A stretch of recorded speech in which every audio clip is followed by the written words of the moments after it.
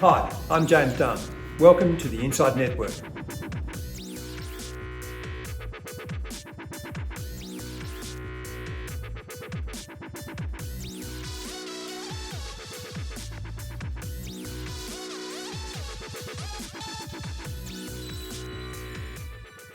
Welcome to INDepth, and my guest is behavioural finance expert Simon Russell, the founder and director of Behavioural Finance Australia and author of 3 books on behavioural finance. Welcome, Simon. Thanks for having me.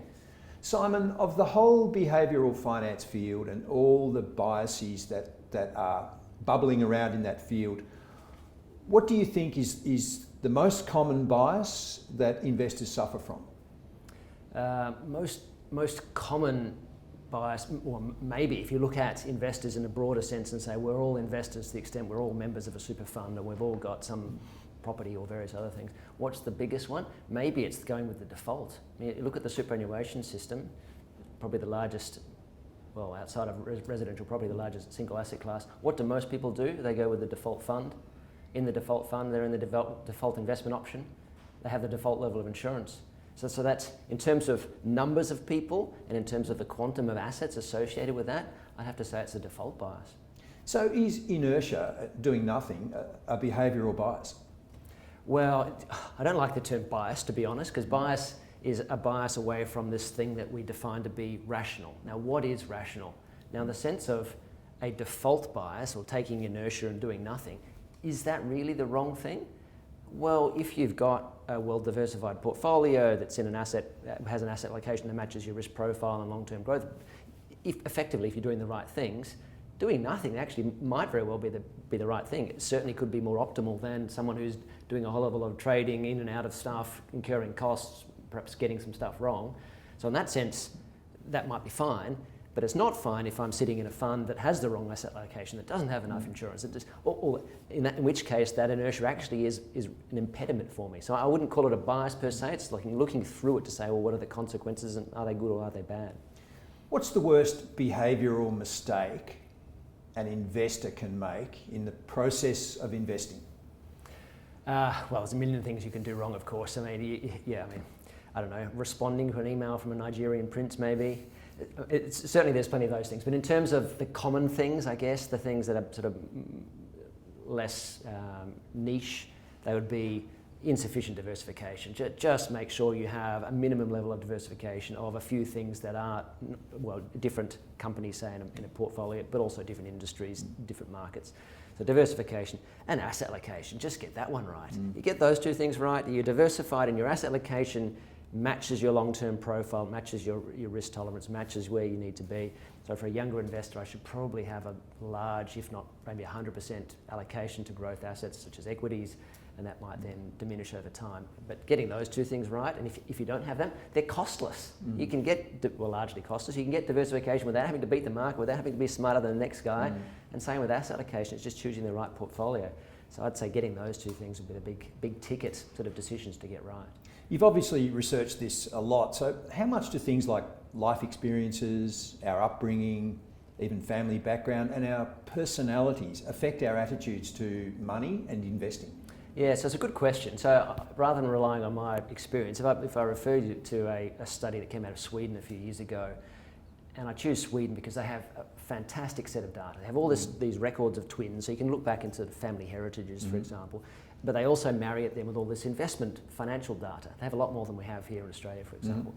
And so by being able to marry those 2 data sets together, they can say, well, to what extent do, say, identical twins have similar investment preferences? To what extent do they diversify? To what extent do they choose assets in their home country and sell losers or hold the losers? To what extent do all those things correlate? And what that research found was that about 45% of the decision making related to genetic influences. If I have a twin brother, that twin brother is probably doing a whole lot of stuff the same to me, regardless of whether they happen to be adopted out into a different family. So let's round that up to 50%. So 50% is largely genetic. The other 50%, what's that? So that's going to have some of the things you just mentioned. So yeah, definitely, it's easy for myself, I presume for you as well, you can probably choose things from your history and go, well, I remember the day that X, Y, Z happened and I said, I'm never doing that again. So there's certainly some of those things, but also there's a whole lot of contextual factors. just how stuff is, information is presented, how it's framed, what I pay attention to, whether the day is sunny, whether I've got a full stomach. There's a whole lot of other stuff that would make up that other 50%. So it's sort of, I guess, a complex answer. There's a lot of things. It's commonly stated by advisors and brokers that people persistently do the very worst thing in finance. You hear it all the time, that people's natural instinct seems to be to sell when the price of an asset has actually bottomed and buy when the price of an asset is topping out. What causes that? Well, I've heard that anecdote all over the place, and I think there's a bit of a grain of truth to it. But I guess if you peel the onion, peel the orange, peel something, get to the next level down. The onion. Peel an onion, it might make you cry, unfortunately, but peeling it and saying what does the data show us about that sort of behaviour? So if I look at, say, super fund investors or people members of super funds and say what was their behaviour through, say, the bottoming out and around March last year through the COVID crisis, what was their behaviour? Well, increasingly they did switch from whatever investment option they had into cash. That's true. So that sort of aligns with that anecdote. However, how many of them were doing that? Well, maybe it went from 1% of them doing it per month to 2%. It was a tiny minority. Most people were doing nothing. On the other hand, if you look at people who are setting up online brokering accounts, the Robin Hoods of the world, but also the online brokers we've got here in Australia, what were they doing, those people? They were setting up accounts in record numbers and they were net buyers. They were seeing this as an opportunity to really go through the roof. So I think there's sort of horses for courses there in terms of what decision for what cohorts. And what's driving it? Well, it's largely about expectations. Some people are looking at the decline and going, I'm expecting further declines, I don't want to lose any more money. Some people are looking at those declines and saying, what a fantastic buying opportunity, I'm going to make a fortune. So I guess it's, I'd shy away from the generalisation and say, let's have a look at some of those sort of more nuanced interpretations. And it can only be right in hindsight. Well, I think there are some rules that we can make without the benefit of hindsight, like we know that on average, equities are going to outperform bonds over a long period of time. So on average, you're going to be right doing that. But if you're going to market time or choose stocks, trying to time the in and outs of stocks, for example, well, yeah, right, we can look at hindsight. Look at the Robin Hood investors, for example, and say, how well did they go? And there is a study of looking not at individual investors in the Robin Hood sort of platform, but looking at in aggregate, and they actually didn't do too badly. Yeah, there was a mix of some beat-up energy stocks and some high-flying tech, and some of them have gone well and some of them have gone poorly, but overall, they actually did all right. So it's very easy to poke fun at some of these individual investors, but I think, again, we need to get to the root of what's going on. People tend to overestimate or exaggerate their ability to successfully do all sorts of things. Is investment any more prone to this than other things that humans do? And is the problem with investment in that context the fact that financial mistakes can be extremely harmful in the long term? Yeah, you're right. So I agree. But again, if you look at sort of what's the psychology of what's going on here. So, I mean, the archetypal example is, I feel like I'm an above average driver. 80% of people feel like they're above average drivers. And what's going on there is that people tend to feel, well, actually driving for me feels easy, but I fail to recognise that actually driving feels easy for everybody, or most people. Versus if I say, what about public speaking? Well, I feel like I'm a worse than average public speaker. This is on average what most people say, because gosh, it feels awkward, it feels terrible, I'm not very practiced at it, I feel nervous. But then I fail to recognise that actually that's how other people feel as well. So on the one hand, I feel like I'm above average at driving. On the other hand, I feel like I'm below average public speaker, and I'm failing to incorporate that information. Now in investing, you can, I think, do the same thing and say, there are some things that feel complicated, but actually quite easy. I'm going to underestimate those things. So feeling complicated might be getting started. If I'm just fresh out of university, got my first job, just you need to start saving, just you need to start investing, just you need to start contributing to your super. Those things aren't that difficult. You can buy an ETF. There's stuff you can do, really, that you might be underconfident in that case. Versus at the other end of the spectrum, where I'm trying to do something that's actually really difficult, but it seems like it's a bit easy. Oh yeah, I can pick all the best stocks because I can see the narrative and this is going up and coal's going down and it will all be driving electric vehicles or whatever it is. That seems easier, but actually is very, very difficult. So I think there's a bit of a mix in there. What about confirmation bias? Not just in investment, looking for what we already believe in the information we're assessing. How damaging is that in investment? So are you asking me to confirm with you that confirmation bias is a problem? Is that, can I just clarify? Well, I have a confirmation bias, that confirmation bias is bad. Fair enough. So let's go through a couple of scenarios then. So say, for example, I'm worried about the tyres on my car. I think maybe they're getting a bit bald. Okay, so what I can do is I can go and check the tyres, and my confirmation bias would mean that I'm going to look for bald spots. All right, so I find a couple of bald spots because that's what I'm doing, I'm looking for. And so I think, oh, my tyres are a bit bald, I better go and get them changed. Now, what could happen there? Well, either they were bald, and actually that was a good decision, or actually I've just noticed a couple of little bit bald spots, but really the tread's actually excellent, the tyres are fine. And what's happened there is, well, maybe I've changed some tyres that really might have lasted another 6 or 12 months, I've brought forward an expense, there's a small detriment, a small cost. So in that world, not too much of a problem.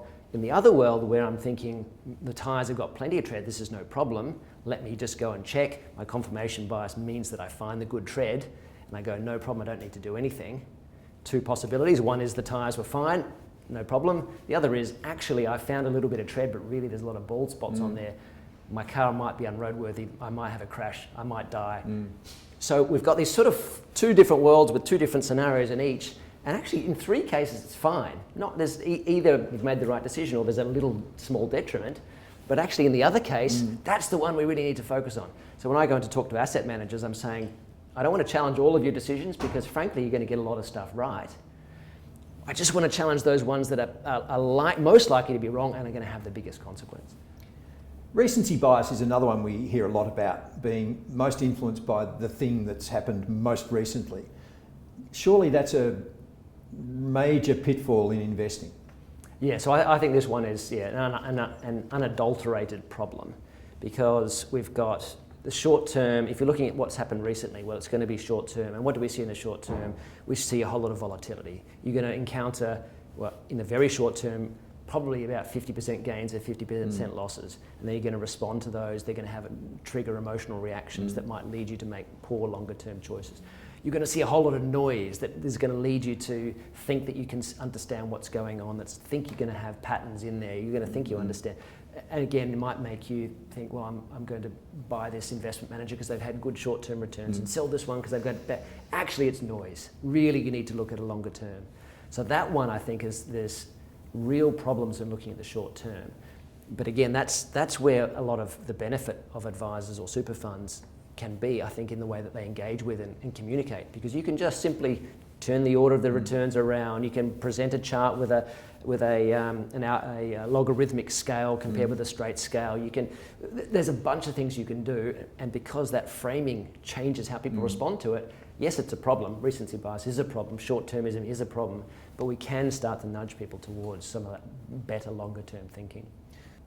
You're talking about nudges and some of the ways that we can help people get around some of these behavioural factors, but isn't the paradox with these subconscious biases that how do we factor them in appropriately and work around them if they're subconscious and we don't know we have them? I think this is the killer question to be. This is a real challenge. Every time that I go and talk to a group of advisors, a group of asset managers, a super fund, the presumption is this doesn't really seem to apply to me. Maybe it applies to these clients or members or the market maybe, but it doesn't really apply to me. And I agree, it's because a lot of it isn't in our conscious awareness. We're not thinking about it, it's happening beyond our awareness. So very difficult, I think, to overcome it for that very reason. What do?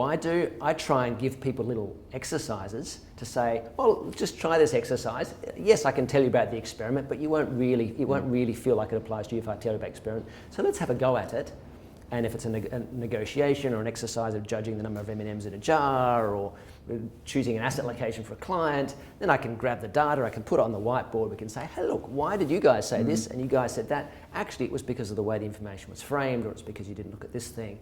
And then hopefully we can get to the aha moment, yes, it does apply to me, that then might lead you to changing processes or changing templates or doing something in the way that you do things differently.